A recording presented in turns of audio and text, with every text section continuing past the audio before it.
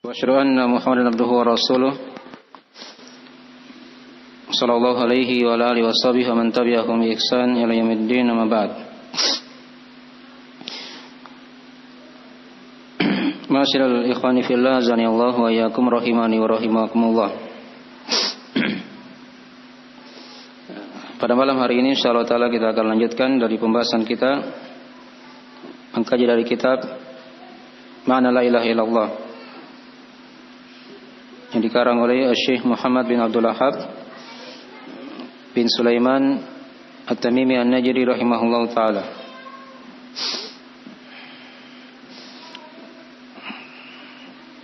Baik, dan kita sekarang berada masih dari pembahasan tafsir la ilaha illallah di ayat yang kedua yang sudah kita baca dari uraian beliau rahimahullahu taala. Beliau sudah bawakan ayat yang kedua yang sudah kita baca, surah Az-Zukhruf ayat 26 sampai 28, tentang kisah Nabi Ibrahim alaihissalam yang bertanya kepada atau yang berkata kepada ayahnya, wa idh qala Ibrahimu li abihi wa qaumihi innani bara'un mimma ta'budun illa alladhi fatarani fa innahu sayahdin wa ja'alaha kalimatan baqiyatan fi 'aqibihi la'allahum yarji'un. Baik. Dan ingatlah tatkala Nabi Ibrahim alaihissalam berkata kepada ayahnya dan kepada kaumnya, innani bara'um mimma ta'budun, sesungguhnya aku berlepas diri dari apa yang kalian ibadahi, yang kalian sembah selain Allah, illa alladzi fatarani, kecuali siapa yang menciptakan aku, itu Allah subhanahu wa ta'ala, fa innahu sayahdin, karena Allah yang akan memberikan hidayah kepadaku. Wa ja'alaha kalimatan baqiyatan fi 'aqibihi la'allahum yarji'un. Dan dia menjadikan kalimat ini, kalimat la ilaha illallah, adalah kalimat yang tetap pada keturunannya. La'allahum yarji'un, agar mereka kembali. Ini sudah kita terangkan dari tafsir ayat ini. Di sini diterangkan kepada kita dari mana la ilaha illallah, penafsiran dari la ilaha illallah, yaitu seorang ketika dia adalah mengucapkan kalimat la ilaha illallah, maka dia harus berlepas diri dari apa saja yang disembah selain Allah subhanahu wa ta'ala. Ya, apapun itu. Kalau di Nabi Ibrahim yang sudah kita baca itu kan patung-patung yang mereka sembah. Dan Nabi Ibrahim alaihissalam berlepas diri dari apa yang mereka sembah. Mereka menyembah berhala ketika itu. Ayah beliau pembuat patung, kaumnya juga seperti itu. Mereka beribadah kepada selain Allah, kepada patung-patung tersebut. Nah, baik, makanya dari ayat-ayat yang menjelaskan tentang penafsiran la ilaha illallah. Jadi pada kalimat la ilaha, selain dia menolak, ya, dia tiadakan segala yang disembah selain Allah, ya, dia harus berlepas diri dari apa yang disembah selain Allah. Jangan diakui hal tersebut sebagai apa? Kesembahan. Ya. Karena kapan diakui, itu berarti dia tidak benar kalimat la ilaha illallahnya. Nah. Baik. Ini dari tafsir kalimat tauhid ini ya. Kalimat la ilaha illallah. Kemudian diterangkan di lafaz setelahnya illa alladzi fatarani, kecuali siapa yang menciptakan aku. Ya. Jadi Nabi Ibrahim alaihissalam berkata ketika itu, kecuali Allah yang telah menciptakan aku. Jadi mereka diingatkan, maksudnya Allah yang Maha Mencipta itu dialah yang berhak disembah semata. Ya. Nah, dan manusia itu mengakui seluruhnya, maksudnya mereka dicipta oleh Allah subhanahu wa ta'ala.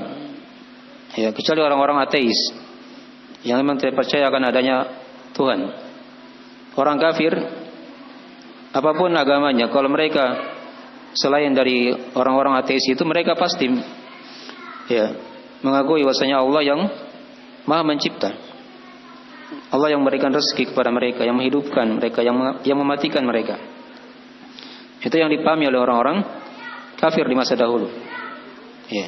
Maka diingatkan di sini oleh Nabi Ibrahim alaihissalam, illal ladzi fatarani, kecuali yang telah menciptakan aku. Itulah Allah yang berhak untuk disembah semata.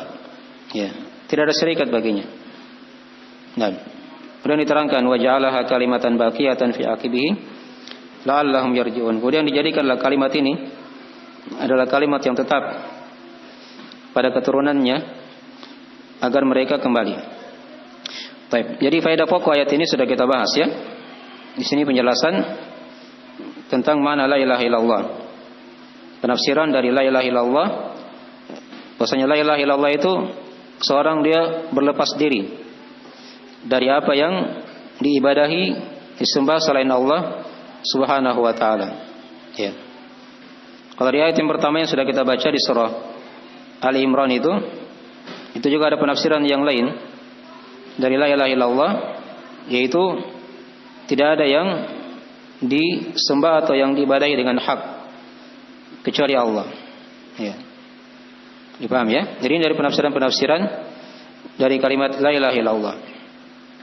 Baik, pada ayat ini diterangkan kepada kita di antara dari faedah pokok, ada faedah yang lain lagi di surah Az-Zukhruf ini yang sudah kita terangkan penafsirannya.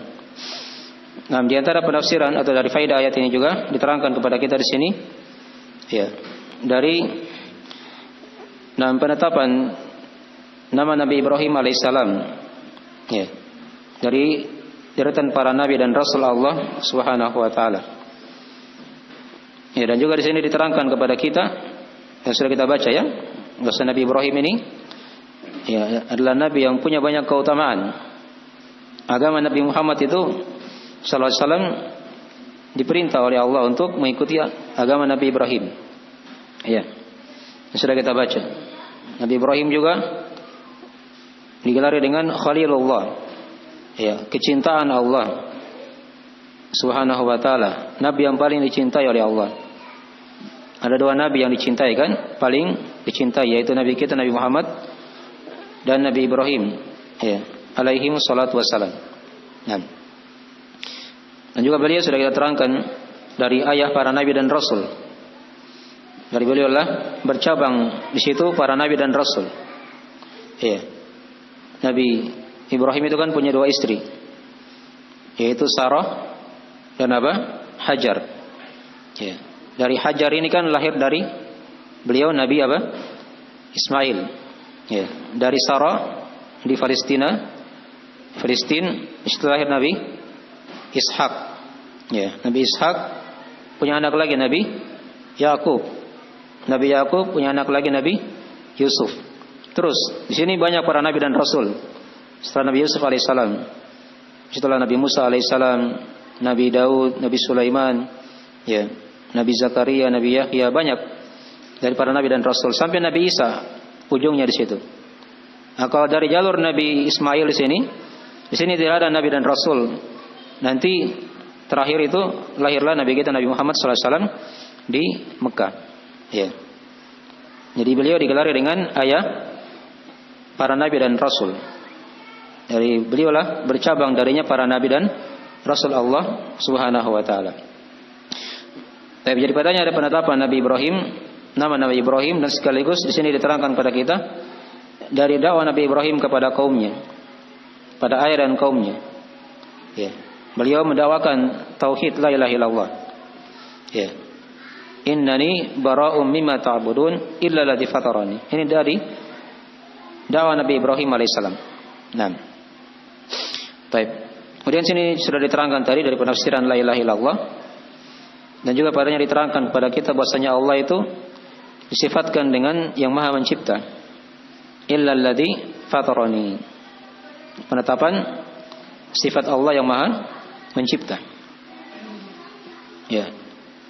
Kemudian juga padanya ada faedah yang lain lagi. Allah itu yang Maha memberi hidayah juga. Padanya ada penetapan sifat hidayah bagi Allah Subhanahu wa taala. Fa innahu sayahdin. Ini hidayah yang bermakna khusus. Ya, dan juga padanya ada pembagian hidayah. Ada pembagian hidayah. Karena hidayah itu kan ada dua macam.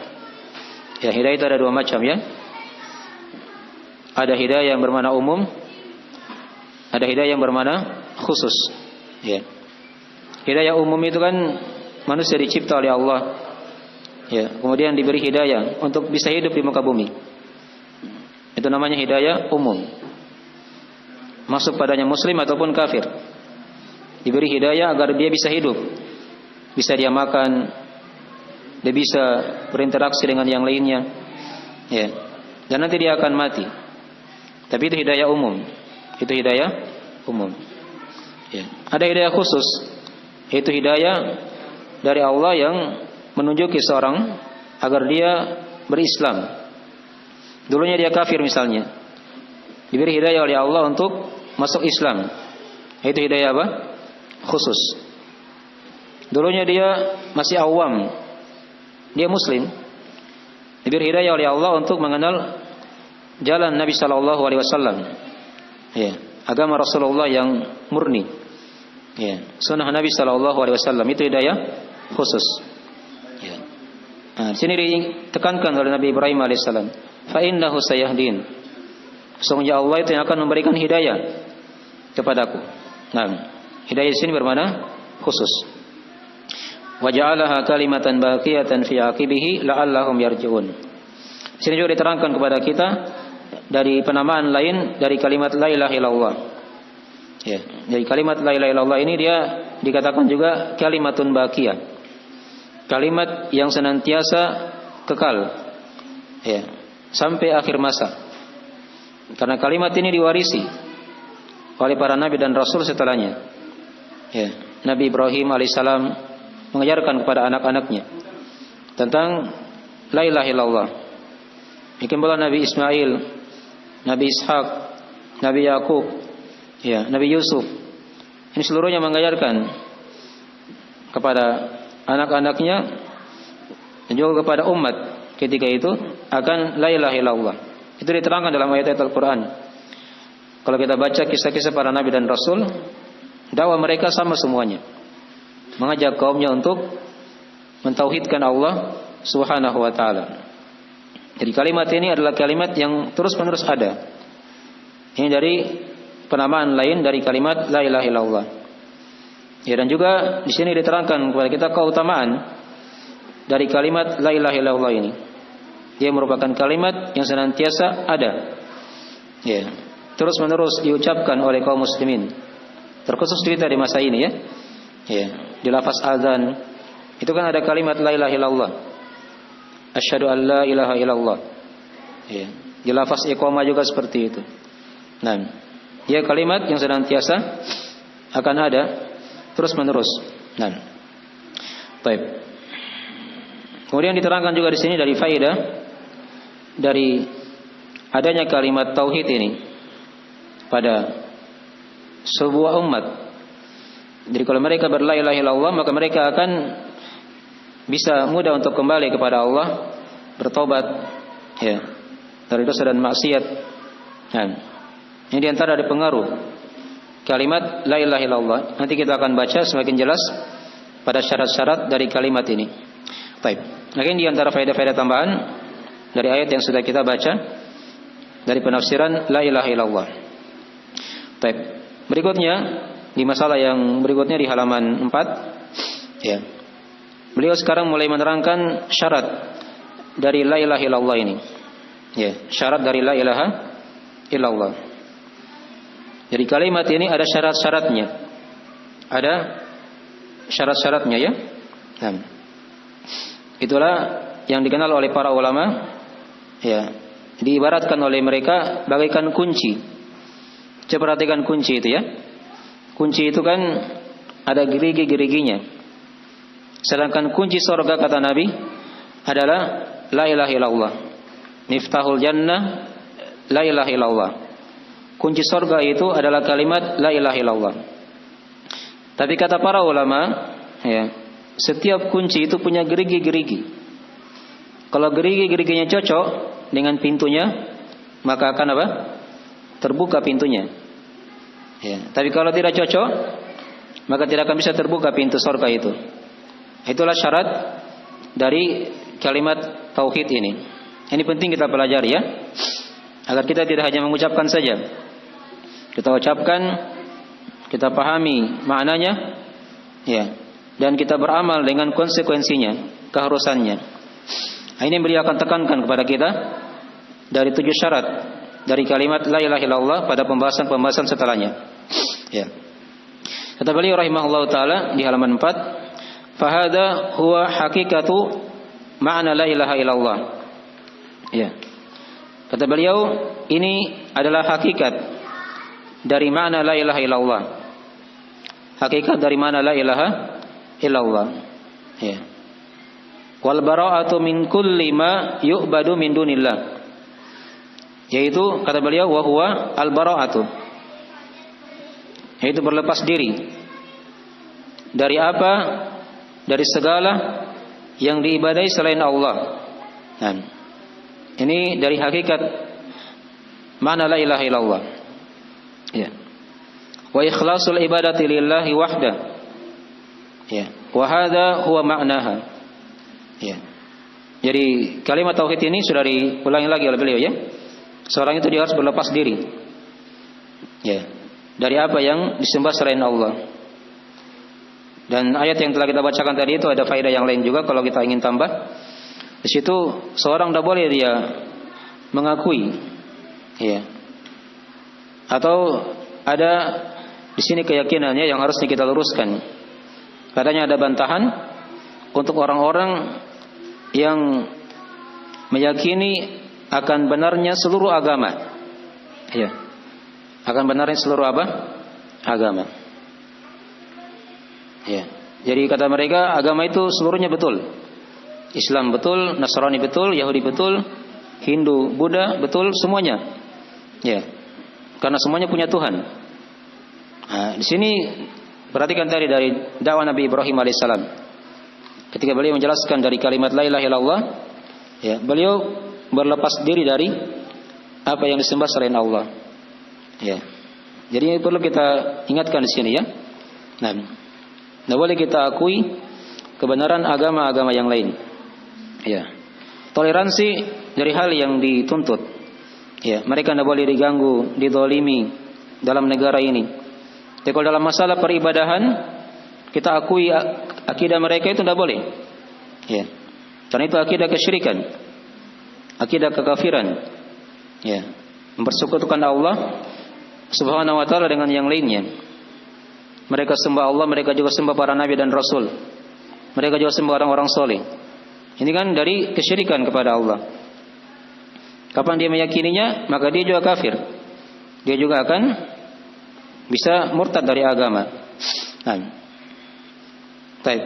Makanya dari mana-mana yang memperjelas dari kalimat la ilaha illallah. Maka beliau terangkan tadi itu ya, fa hadza huwa haqiqatu ma'na la ilaha illallah. Ini adalah hakikat dari mana la ilaha illallah. Wa huwal bara'atu min kulli ma yu'badu min dunillah. Itu berlepas diri dari apa yang disembah selain Allah. Dipahami ya? Tidak boleh diakui Nabi Isa disembah. Jangan diakui. Dipahami ya? Itu ibadah yang batil. Ibadah yang apa? Yang batil. Uzair disembah oleh orang-orang Yahudi. Mereka sembah Allah, sembah juga Uzair. Ya. Ada juga yang disembah selain Allah berupa patung-patung, berupa pohon-pohon yang dikeramatkan, ya, bebatuan yang dijadikan sebagai tolak bala dan seterusnya. Ini merupakan dari bentuk-bentuk kesyirikan. Tidak boleh diakui itu merupakan ibadah. Ya, dia merupakan bentuk kesyirikan kepada Allah Subhanahu wa taala. Berlepas diri semuanya. Ya. Itu kan ada ayat surah Al-Kafirun yang sering kita baca ya. Qul ya ayyuhal kafirun la a'budu ma ta'budun. Ya, kan begitu. Wala antum 'abiduna ma a'bud. Wala ana 'abidum ma 'abadtum. Wala antum 'abiduna ma a'bud. lakum dinukum waliyadin. Dipanggil di awal ayat, katakanlah wahai Muhammad pada orang-orang kafir. Jadi mereka semua dikatakan apa? Orang kafir. Ketika mereka bukan muslim. Ya. Apakah itu Yahudi, Nasrani dan seterusnya. Nah, kata Allah apa? La a'budu ma ta'budun. Aku tidak beribadah pada apa yang kalian apa? Sembah.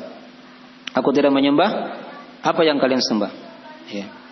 Nah, la a'budu ma ta'budun. Ya. Wala antum 'abiduna ma'abud.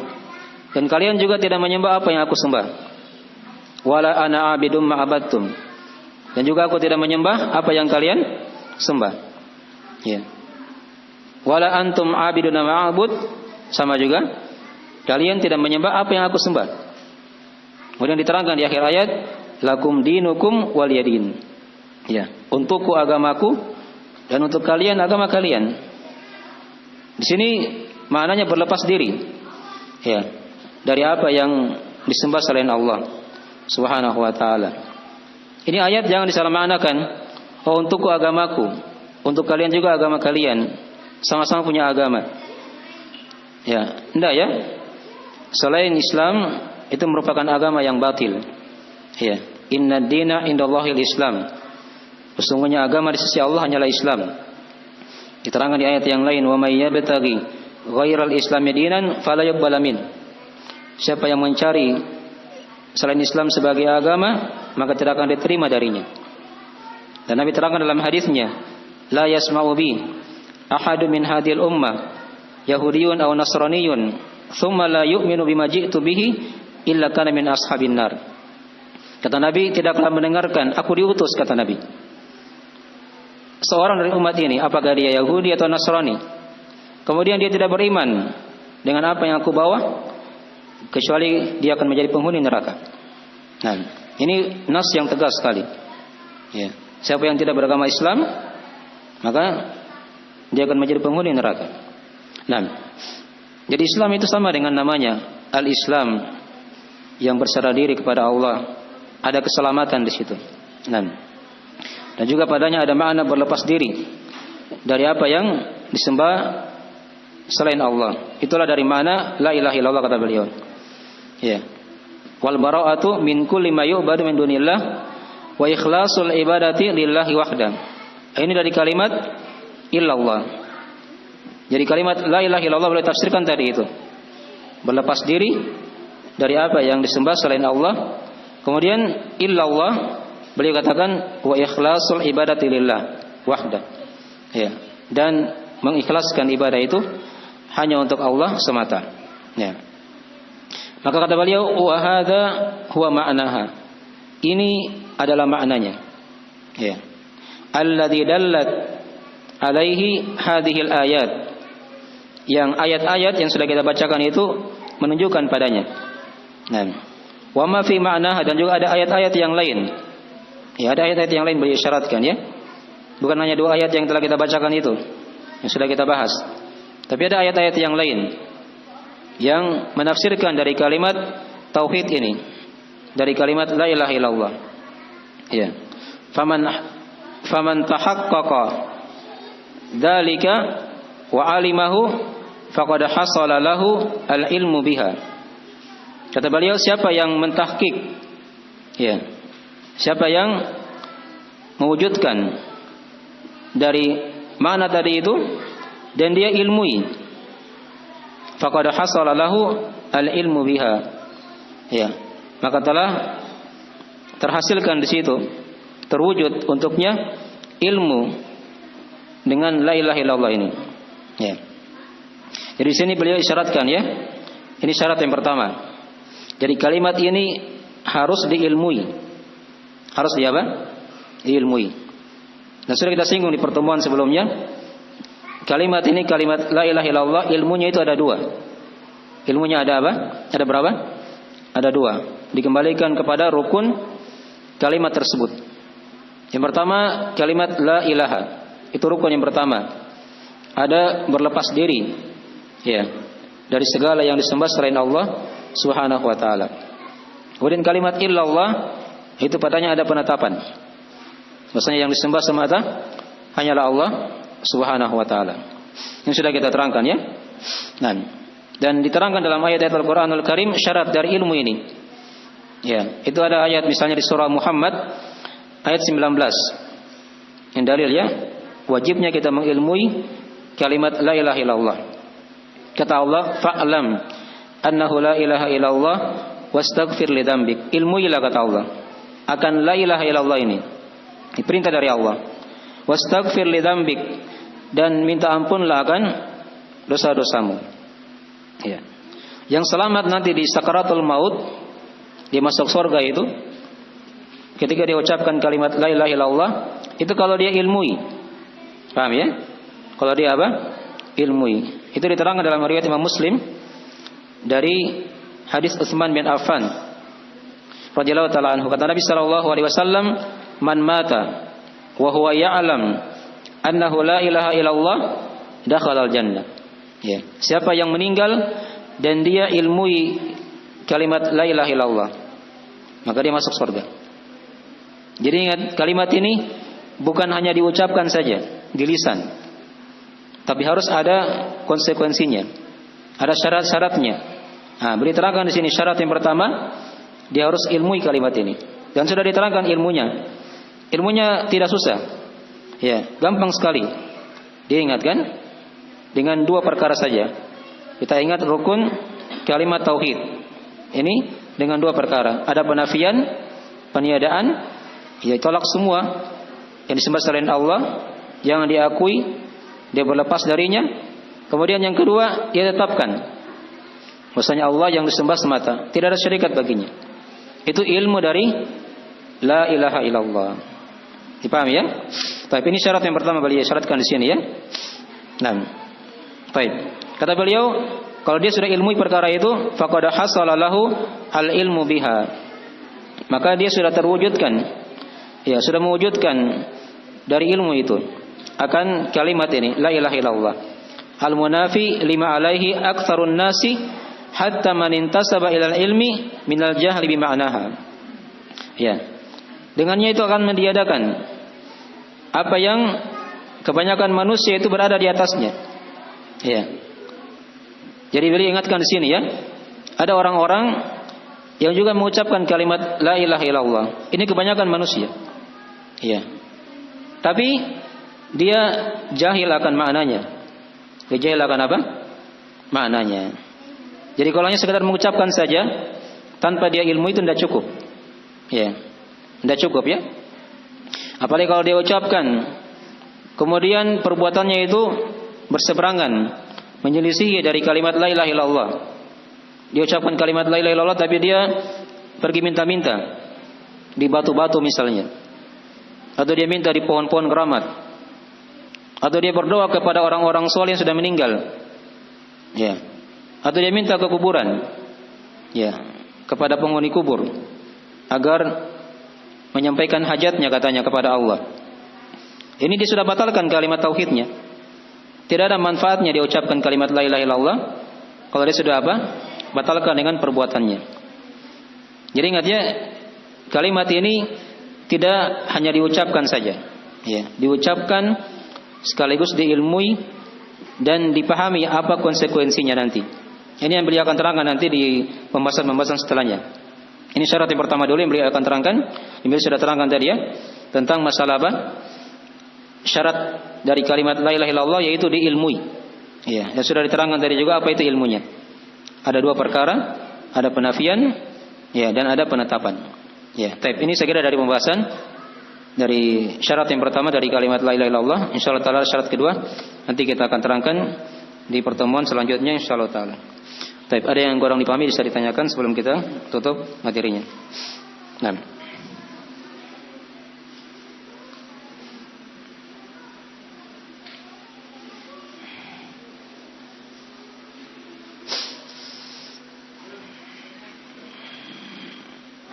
Taib, bisa ditanya di Google Meet, juga bisa ditanya di chat ya, chat pribadi. Apa di chat di Google Meet-nya. Nah. Ya, silakan. Kasih kuat suaranya, coba di sini.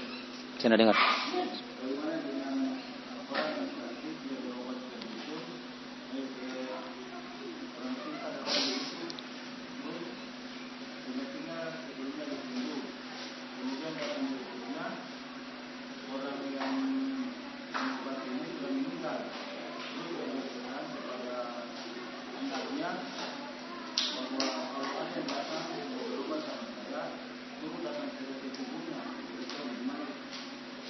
Baik, ini ada yang bertanya dari jemaah. Ada yang sakit yang berobat ke dukun dan sembuh penyakitnya, paham ya? Kemudian di masa yang akan datang dia kena penyakit lagi, tapi dukunnya sudah apa? Meninggal. Dan dia berpesan katanya, dia berpesan kalau misalnya ada yang datang lagi, nanti datang aja ke kuburku. Ya. Baik, ini ada beberapa masalah ya. Jadi yang pertama itu tentang masalah berobat ke dukun. Apa hukumnya berobat ke dukun? Ini hukumnya haram ya. Dari hal yang mengkafirkan pelakunya nanti. Tapi terangkan dalam hadis itu. Ya, man atakahinan aw arrafan. Ya. Lam tuqbal lahu salatun arba'ina yauman. Ya. Siapa yang mendatangi dukun, ini baru datang bertanya ya. Ya. Baru datang ke rumahnya bertanya. Maka kata Nabi, tidak akan diterima darinya salat selama 40 hari, 40 malam. Ya. Ini baru bertanya. Ya. Diterangkan di hadis yang lain, man atakahinan aw arrafan fasaddaqahu bima yaqul faqad kafara bima unzila ala Muhammad. Ini jenis yang kedua. Siapa yang datang bertanya kepada dukun dan dia benarkan apa yang diucapkan oleh si dukun ini, maka kata Nabi apa? Sungguh dia telah kafir pada apa yang diturunkan oleh Nabi Muhammad sallallahu alaihi wasallam. Ya, diturunkan pada Nabi Muhammad sallallahu alaihi wasallam. Ya. Jadi itu hukum ya, syariat. Jadi kalau dukun itu kalau kita lihat di negeri-negeri Islam, itu mereka tidak dibiarkan hidup. Ya, akan dipenggal lehernya oleh kepala negara, oleh pemimpin kaum muslimin. Hanya kita kan di sini tidak menerapkan hukum itu ya. Ya, dukun ini banyak kejelekan-kejelekannya. Bisa mengadu domba orang dengan yang lain. Ya. Dan banyak kalau kita lihat dan sudah kita lihat dari hal-hal yang merusak dari perdukunan itu. Dan jadi tadi itu ya hukumnya. Baik. Itu satu masalah tadi yang ditanyakan ya. Tentang hukum berobat kemana? Ke dukun. Terus kalau misalnya dia bilang, itu dia sembuh, kenapa dia sembuh bisa sembuh? Dia berobat. Ya. Hah? Apakah itu dalil dia betul dukunnya? Hah? Anda ya? Orang mencuri. Ya. Dia dapat uang, dia makan, kenyang dia. Kan terwujud apa yang dia cari kan? Apakah itu juga betul? Tidak, perbuatannya kan salah. Jadi tidak semua yang terbukti itu dikatakan apa? Benar dalam agama Anda. Itu bahkan dari istidraj. Ya. Dari perlalaian Allah kepada hamba. Dibiarkan dia makin larut dalam penyimpangannya agar dia semakin jauh dari agama. Ya, itu ya dari istidraj namanya. Baik. Kemudian dari masalah yang kedua ditanyakan tentang kalau dia sudah meninggal, sudah dia pergi ke kuburannya. Ini kesyirikan yang lain lagi. Kalau tadi itu kekafiran. Kalau dia minta ke penghuni kubur, ya, untuk disembuhkan penyakitnya, itu kesyirikan sudah. Kenapa dia tidak minta kepada Allah langsung? Ya. Orang yang dikubur itu tidak bisa mendengar apa yang diucapkan oleh orang yang masih hidup. Ya. Jangankan kita ya, Nabi saja itu tidak bisa memperdengarkan orang yang mati. Innaka la tusmi'ul mauta. Ya. Sungguh kalau Muhammad tidak akan bisa membuat mendengar orang yang mati itu. Ya. Jadi ketika dia minta kepada selain Allah, pada penghuni kubur yang sudah ditanyakan tadi itu kesembuhan atau rezeki atau apa saja, itu kan haknya Allah. Kapan dipalingkan kepada selain Allah, maka itulah yang dikatakan apa? Kesyirikan kepada Allah Subhanahu wa taala. Jadi jalan keluarnya dia minta langsung kepada Allah. Kalau dia pernah lakukan itu dia bertobat. Ya, langsung secepatnya ya. Yang sampai dia meninggal dalam keadaan dia membawa dosa kesyirikan ini dan tidak akan diampuni nanti oleh Allah Subhanahu wa taala. Tapi kalau dia bertobat sebelumnya, maka Allah akan ampuni. Dan baik. Ya, segera itu dulu ya, waktu sudah lewat. Kita akhiri majelisnya. Dan bila ada kekurangan mohon dimaafkan. Insyaallah taala kita sambung di pembahasan berikutnya. Nah, masih menjelaskan tentang syarat-syarat la ilaha illallah. Subhanakallahumma bihamdik, asyhadu an la ilaha illa anta, astaghfiruka wa atubu ilaik. Wassalamualaikum warahmatullahi wabarakatuh.